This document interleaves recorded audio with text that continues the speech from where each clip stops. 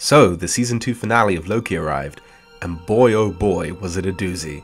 From the very beginning, Marvel have been saying that out of all of the Disney Plus shows, Loki will have the largest impact on the wider MCU.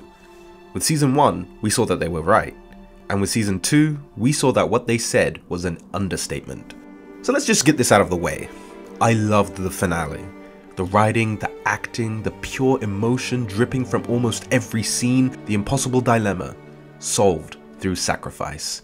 It was everything that I wanted from the finale of a show like this. The star of it all, of course, was Tom Hiddleston, acting his ass off as Loki, bringing his decade-plus long journey as the God of Mischief to a close. I gotta say, one aspect of the episode I really liked was the time loop. It really drove home just how hopeless Loki's situation was. He tried so hard, and yet every loop he lived through ended in failure. But I won't lie, I wasn't the biggest fan of the centuries later part. I understand that they needed to save time for other more important things, but it felt underwhelming not seeing the multiple loops that he went through to learn what we see.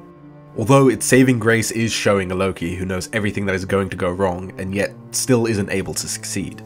But do you know what wasn't underwhelming? When Loki went further back and we got more of He Who Remains. And guess what? He was still paving the path. Here you were, slipping through time, thinking you were sticking it to the system, gonna beat the man, and then whoop! Here he is. If I'm understanding this right, he was the one who gave Loki his time manipulating abilities, all so he could join him and continue to maintain the sacred timeline. Oh, and the temporal loom?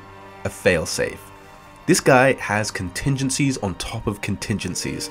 No wonder he won the multiversal war.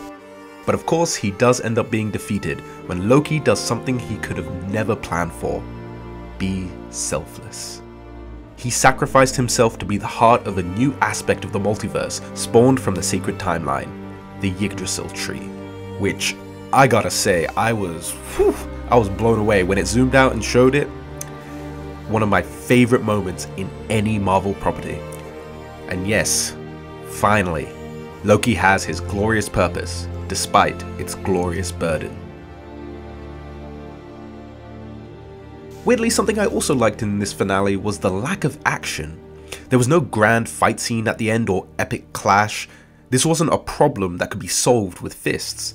It needed the mind of a trickster, which is Loki's bread and butter. He had to outsmart the greatest trickster to ever live, He Who Remains, who had plans on top of plans on top of plans, who hid his existence just because he could, who pulled the strings behind the curtain for billions of years without anyone noticing until he wanted them to. And how did Loki best him? By going against his nature and shouldering the greatest burden of all. So let's talk about that burden, shall we? At this very moment, Loki is the new god of the multiverse. We don't know if it's the entire multiverse yet or just a section of it that branched from the sacred timeline. We'll have to wait and see if the entire multiverse is depicted as Yggdrasil in other MCU installments, or if they still use the branches. There's also a lot of debate about whether the entirety of Loki is a bootstrap paradox. The idea is that Loki has always been the center of the multiverse, and that the end of the show was Loki fulfilling that loop. And while I'm a sucker for time as a flat circle revelations, I don't think that's the case. Loki is simply taking the empty seat that He Who Remains left, but doing so in a different way. The multiverse is linear, as shown by He Who Remains' decomposing corpse at the end of time. Things happen sequentially.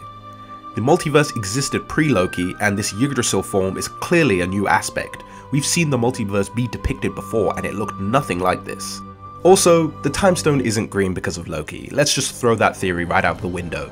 Doctor Strange uses orange energy, and that doesn't connect to the Soul Stone, and Agatha uses purple, and that doesn't connect to the Power Stone. It's just their colors. You know, it's Loki's color. Green has always been, from the beginning to now. Him coloring Yggdrasil that color just kind of shows that it's his influence, not that it relates to the Time Stone. Anyway, back on topic. Loki is God, but unlike He Who Remains, he isn't a meddlesome god. He isn't dictating the flow of time. He's holding it all together so that the people within get to live free, which is a very nice bow on Loki's character conclusion considering he said this. Freedom.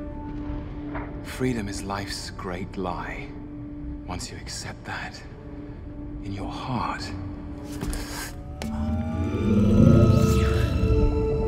you will know peace. And the fact that Loki is selflessly doing this with no reward just shows how far he's come.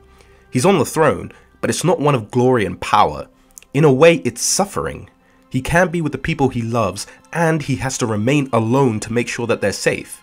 I mean, the audio description of the episode says it all.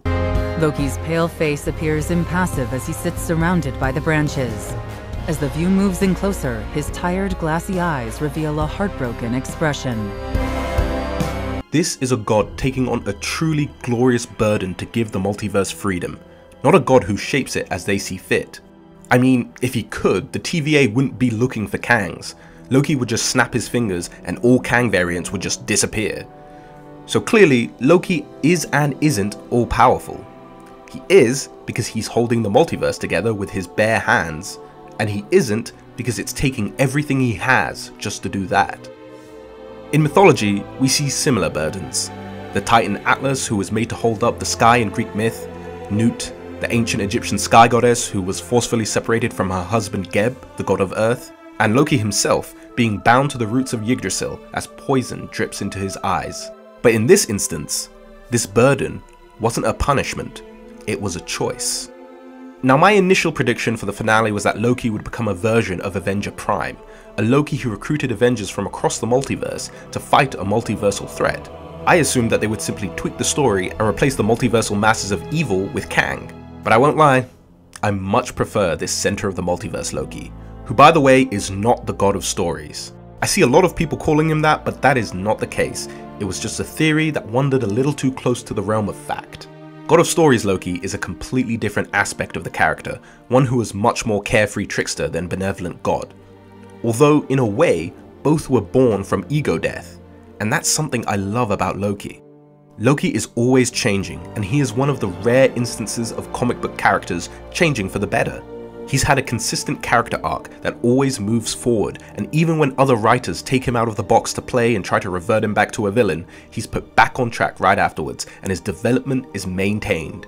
And I am so glad that the Marvel Cinematic Universe has managed to execute a similar arc beautifully. And not only does Loki change himself, he changes others for the better. Now, as the center of a multiverse that is free, he's doing that on a scale that is truly unimaginable. And if that isn't glorious purpose, then nothing is.